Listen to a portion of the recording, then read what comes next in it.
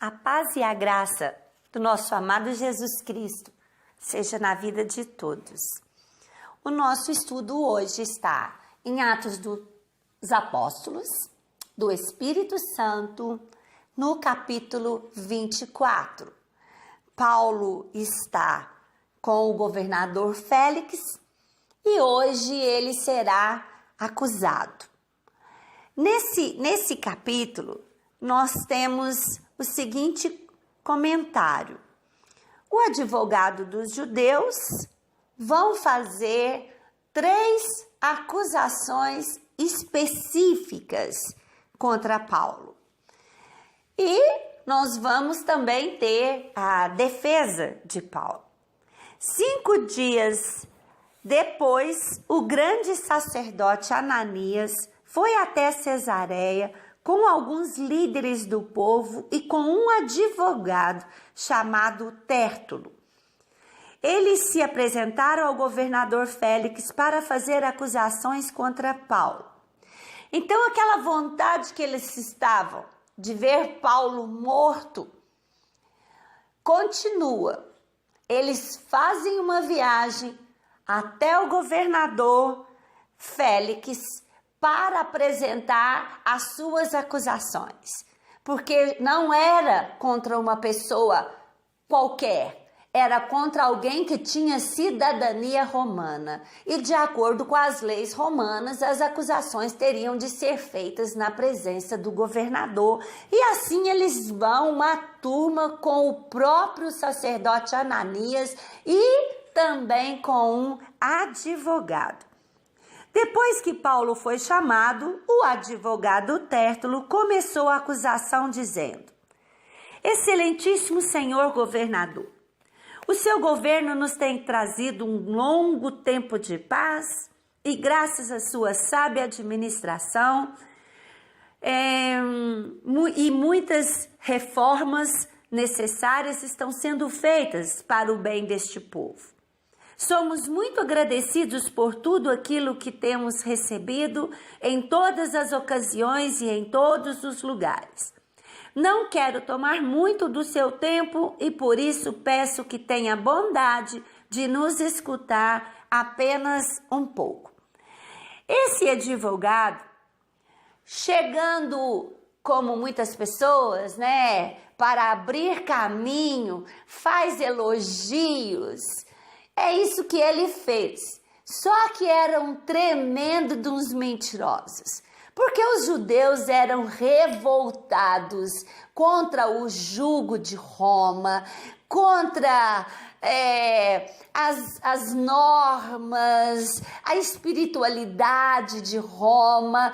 Completamente mentira essa bajulação que esse advogado vem falando, que eles estavam satisfeitos com Roma.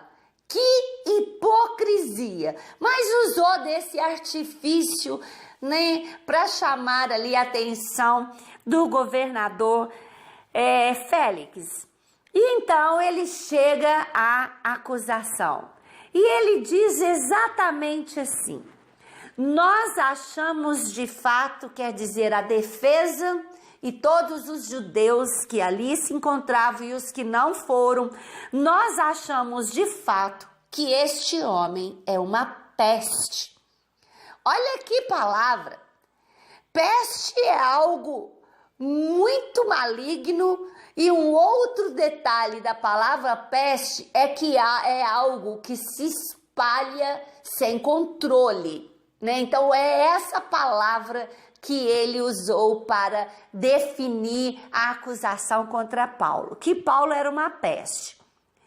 Ele provoca desordens, a primeira das acusações, ele provoca desordens entre os povos judeus do mundo inteiro e também é líder partido dos nazarenos, segunda acusação. Então ele provoca desordem, ele é líder do partido dos nazarenos e a terceira acusação, além disso, tentou profanar o templo e então nós o prendemos.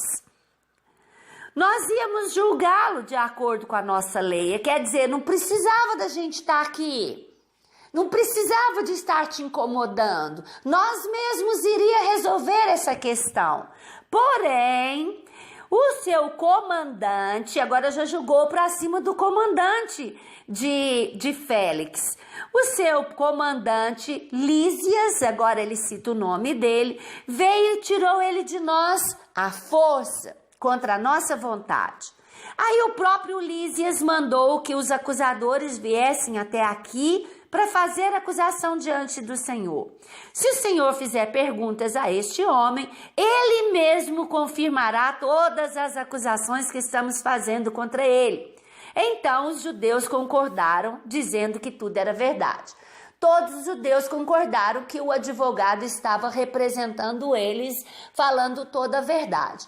Agora, o que eles não vão ouvir de Paulo, de acordo com a sua defesa, é que ele concordava que era verdade todas as 3 acusações contra ele. E Paulo, então, se levanta para se defender. Ele se defende do fato de ser uma pessoa, uma peste que levava confusão e desordem para todos os judeus do mundo inteiro. O mundo deles era bem pequeno ainda, né? Esse mundo inteiro deles estava bem localizado ainda. Que ele havia profanado o templo. Paulo também se defende que se alguém pudesse acusá-lo de profanar o templo, era aquele que estavam lá presente. Então, que chamasse eles para defendê-lo. Nós vemos que mesmo sendo cristão, que mesmo Paulo e nós sendo cristãos, nós temos direito à defesa. De uma maneira correta, de maneira a buscar a lei, nós temos direitos. Não é porque nós somos cristãos que podem sair aí nos acusando sem provas. Não, isso não é ser cristão. Não é isso. E é isso que Paulo está demonstrando aqui. Quando chega no versículo 13, ele diz assim: e eles não podem provar nenhuma das acusações que agora estão fazendo contra mim. Porém, uma coisa eu confesso ao Senhor. Eu sigo o caminho que os judeus dizem ser falso. Mas é desse modo que sirvo ao Deus dos nossos antepassados. Ele quis dizer aqui, a acusação de que eu sou o líder do grupo dos nazarenos, essa é a verdade. Sou mesmo, sou zeloso deste caminho. Isso que ele está dizendo, isso eu confesso, isso eu não posso negar. Eu sou de Jesus Cristo e prego o caminho de Jesus. Creio em tudo o que está escrito na lei de Moisés e nos livros dos profetas. Ele quer dizer, como ele acredita nos antepassados, no Deus dos antepassados, nisso ele se igualava ao que os judeus também eram. Um Deus monoteísta, ele servia a esse Deus como os judeus também o faziam.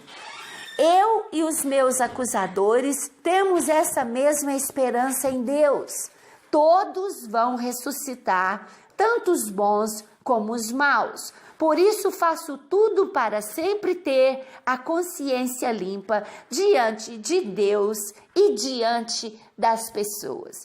Então, de um certo modo, na sua sabedoria, Paulo está dizendo: na minha fé, a minha fé também se baseia como a fé dos judeus.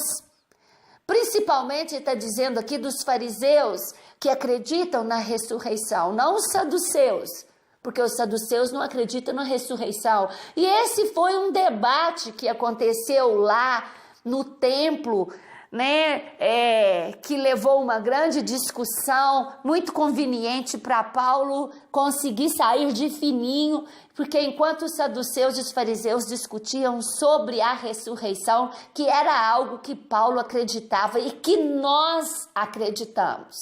Acreditamos que a nossa vida não termina aqui, que aqui é um grãozinho de areia na praia do mar, que a eternidade vem logo em seguida. Isso é ressurreição. E eu posso ressuscitar com Cristo para a vida eterna com Deus ou para a morte eterna. Eu não chamaria de ressuscitar, né? Mas é sim uma morte eterna, infinitamente como areia na praia do mar, para condenação eterna, é um fato. E interessante o que Paulo diz, ele diz, eu faço tudo para sempre ter a consciência limpa diante de Deus e dos homens. Isso é muito importante nas nossas vidas, ter a consciência limpa, tanto diante dos homens, ser transparente, falar a verdade, manter o nosso nome em integridade, limpo, negociar, tudo que for necessário para ter a nossa consciência limpa diante dos homens também, porque somos carta lida por todos. E consciência limpa diante de Deus quer dizer, eu estou me esforçando a cada dia, eu estou me esforçando para não pecar, para não cair em tentação, para viver uma vida digna diante do Senhor. Consciência limpa de que estou seguindo a direção do Espírito Santo e fazendo a vontade do Senhor. No verso 21, quando estava de pé diante deles, eu apenas disse em voz alta, disse Paulo, hoje estou sendo julgado por vocês porque creio que os mortos vão ressuscitar. Essa era a culpa principal que estavam colocando em cima de Paulo. Então Félix, que estava bem informado a respeito do caminho, deixou a questão para depois, dizendo a eles, quando o comandante Lista chegar, eu resolverei o caso de vocês. Ele mandou que o oficial pusesse um guarda para tomar conta de Paulo e ordenou que lhe dessem alguma liberdade e licença para receber a ajuda dos amigos.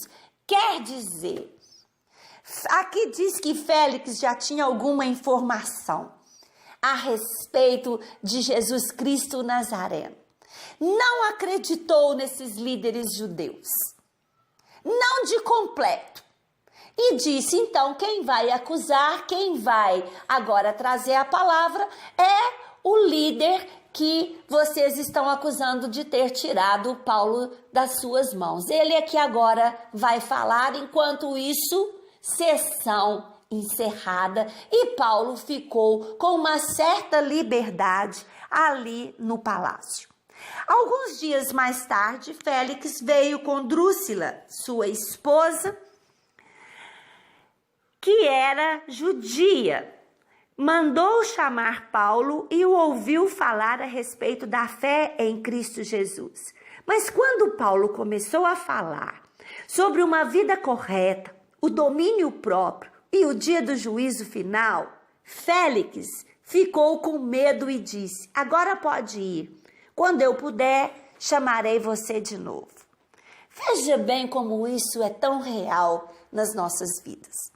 O governador Félix gostava de ouvir Paulo. Eu imagino que os sermões de Paulo deviam mesmo assim, né, mudar mesmo a mente e a vida das pessoas que ouviam. A esposa de Félix, o governador, era judia. Então ele já conhecia muito das tradições, das promessas, talvez até da Bíblia, né, que tinha ali naquela época, porque não tinha ainda o Novo Testamento. E ele gostava de ouvir Paulo. Sempre estava chamando Paulo. Só que chega um ponto que o líder, que o pregador, ele vem para trazer a verdade. No sentido de que tem que haver uma decisão. É falar para a pessoa, tem que haver uma decisão. E quando Paulo começa a pesar o seu discurso, a falar sobre vida correta, sem corrupção, sem adultério, com santidade, a falar sobre o domínio próprio, né? Não ser explosivo, ser uma pessoa que tem domínio próprio, que sabe resolver as coisas com mansidão e principalmente pesou o discurso quando falou sobre juízo final. Ele não queria mais ouvir. E assim é nos nossos dias. Querem campanhas para prosperidade, querem cura no corpo, querem restauração de família, querem prosperidade mais prosperidade, mas querem ouvir sobre domínio próprio, sobre ceder? Querem ouvir sobre o juízo final? Querem agir como se isso fosse uma coisa que não existe.